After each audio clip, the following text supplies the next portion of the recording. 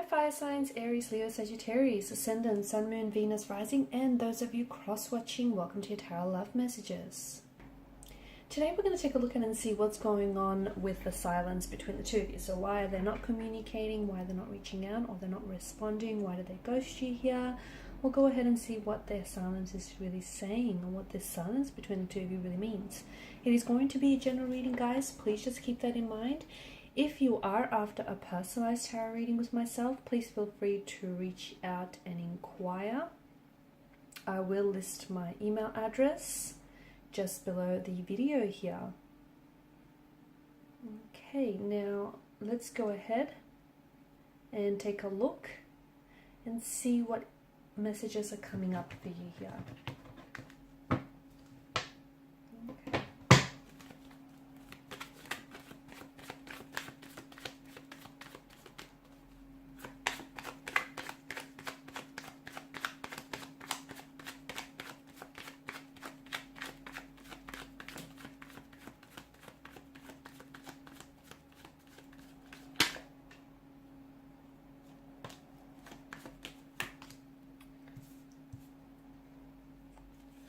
Okay, interesting.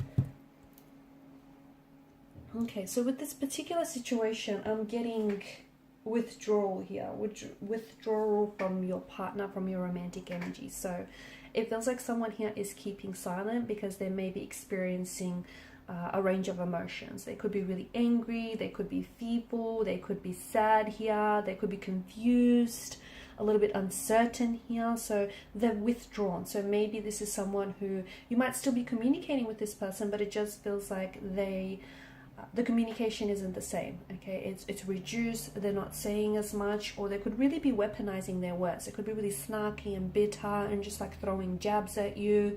It could be very short and brief.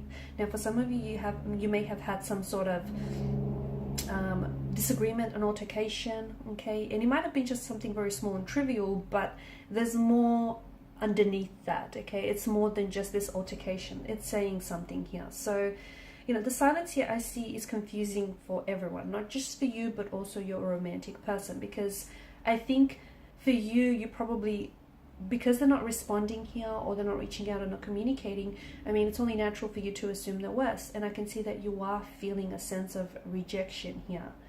Okay, now for some of you, I feel like you have to know that their silence, it could be a punishment. I know it sounds emotionally mature, but hey, you know, I'm seeing a bit of ego play in the works here. So the fact that, you know, at its extreme, their silence could be a punishment. They might be punishing you.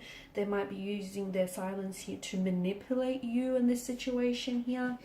For others, it's not so much, it's not that cruel or toxic. It's more an attempt to kind of, you know, they're in their head, and it's more an attempt to kind of navigate this emotional territory and their emotions, like what's really going on.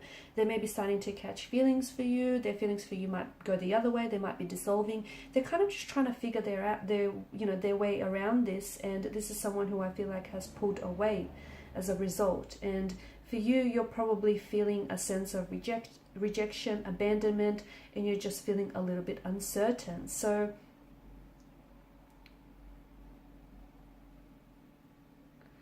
okay, also if you're a female watching this, and if you're dealing with a male, you know, when a man is feeling really loved and he's getting the attention that he wants in a relationship, you know, if he initiates physical affection, and, you know, if you reciprocate here and it's all good, a woman in return will openly express her love for him, and, you know, the two of you are glowing in the intimacy. A man will not say anything about this because he will assume you know how you feel through his physical actions and his affection and intimacy. Whereas women, they need to have that verbal reassurance here. So with the man, it's a little bit different here.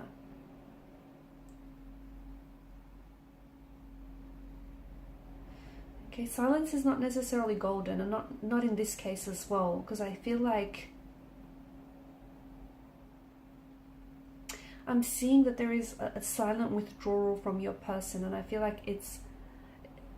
feel like it's purposeful, and it is deliberate. Well, as I've mentioned, it's either them trying to get to figure out their emotions from you, and it could also be them trying to, you know, manipulate you or punish you.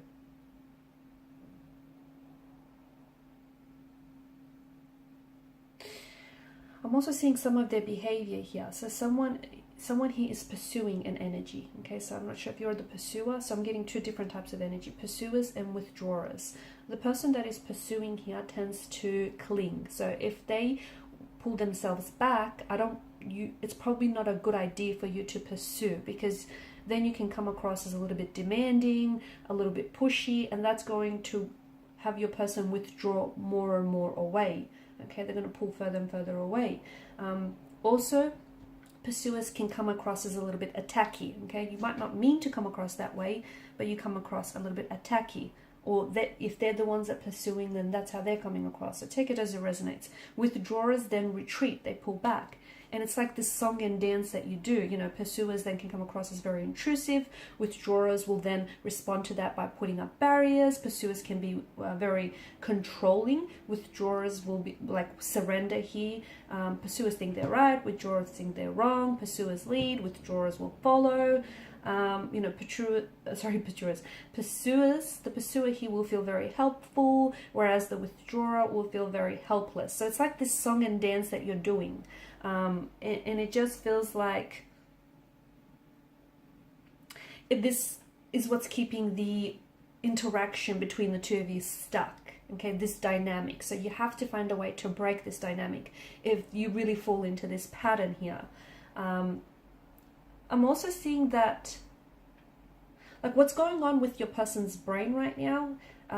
So they're just trying to protect themselves. They're just trying to process their emotions. And what's going on with their brain right now is, I feel like it's a protective, them shutting down, them withdrawing, and them not communicating with you. It's a protective mechanism. They could be trying to protect their ego here. Maybe they feel really hurt by something that you said, maybe by the tone in which you said it. You know, I'm seeing some sort of altercation. Maybe they're just feeling really hurt and has nothing to do with you, and you know, they're kind of lashing out at you. They're projecting their hurt onto you. But I think the origins of what's happening here, it really lies in their emotional being and their emotional environment. So there could be certain things, you might have pushed their emotional buttons, so there could be certain emotional triggers here that I think have developed in either the early days, like in family, schools, or in their just like in their adulthood, young adulthood, and their upbringing here. And it feels like this person is really struggling to find an emotional language. So if they are hurt by something that you've said, it might bring up memories of, you know, their abusive parents or their abusive upbringing here. And instead of communicating with you, this person is then, you know, they withdraw here. Okay, they withdraw because their brain, it just feels like their mind here has little need or capacity to talk about these emotions, because it's not how they were brought up here. And it's just that they quite literally are struggling to find this emotional language, okay, to which they want to communicate here. I'm also seeing that your person is someone who is a little bit pride. They're coming across as very proud. There's a lot of pride here, ego involved, and they don't want to talk about their emotions because they don't want to be exposed. Okay, they want to remain that, you know, really manly or very alpha here. And maybe, you know, it's sort of like an old chestnut that emotions are not manly, and, you know, heaven forbid a man discusses them. So he or even she, because they're an alpha energy here, they might just fear being exposed here. I'm also seeing that this person is getting angry with their feelings. They're very irritable. They feel frustrated at just having these feelings, whatever these feelings are in the first place. Because you remember, this is an energy that doesn't do feelings very well. And I think silence is an attempt for them to protect themselves, possibly also protect you from causing more damage to this relationship connection here. Because I'm seeing that there's already some sort of conflict or existing tension. They don't want to communicate because they don't want to add to it. So maybe it's a good idea to give this person space, some time to work things through. Is it a winnable competition? I don't know. I feel like some people... some people hate feeling inadequate. so much so that they might process their feelings slower. And they do that in a way to avoid the feelings of defeat.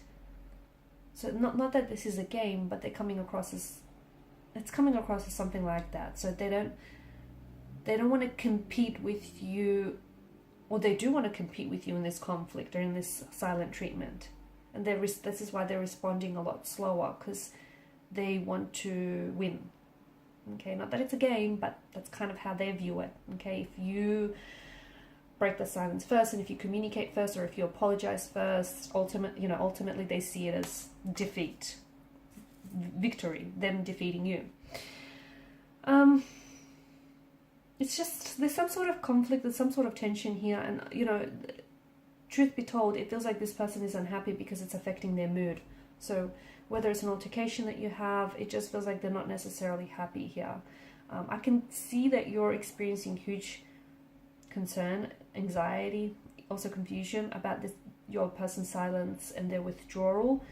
And you're probably guessing what they're thinking or feeling. Don't assume the worst here. I just think it's a good idea to give this person a little bit of space, and to give yourselves a little bit of space, a little bit of time here.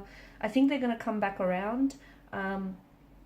Or if you do want to initiate conversation, just don't come from a place of ego, okay? Like, don't "I told you so," or you're right, they're wrong. I think just really try to neutralize the communication here. Just try to stabilize the energies. I do think there will be contact, there will be communication in the future. This person will come back here, but be careful, because the Fool is an energy of someone waltzing back into your life and not taking personal responsibility for what's happened. So they sort of will start communicating, but ignoring the fact that the two of you just went through this huge gap of no contact, no communication, or they may have even ghosted you. So they're just sort of waltzing back into your life, almost as if nothing happened. Pull them up about it, because they did it once. Guarantee you they'll do it again. Okay, so watch what you tolerate. Okay, guys, and these are your messages. Thanks so much for watching, listening. Please show your support by liking, sharing, subscribing to the channel. For those of you interested in a personal reading, feel free to inquire. Bye for now.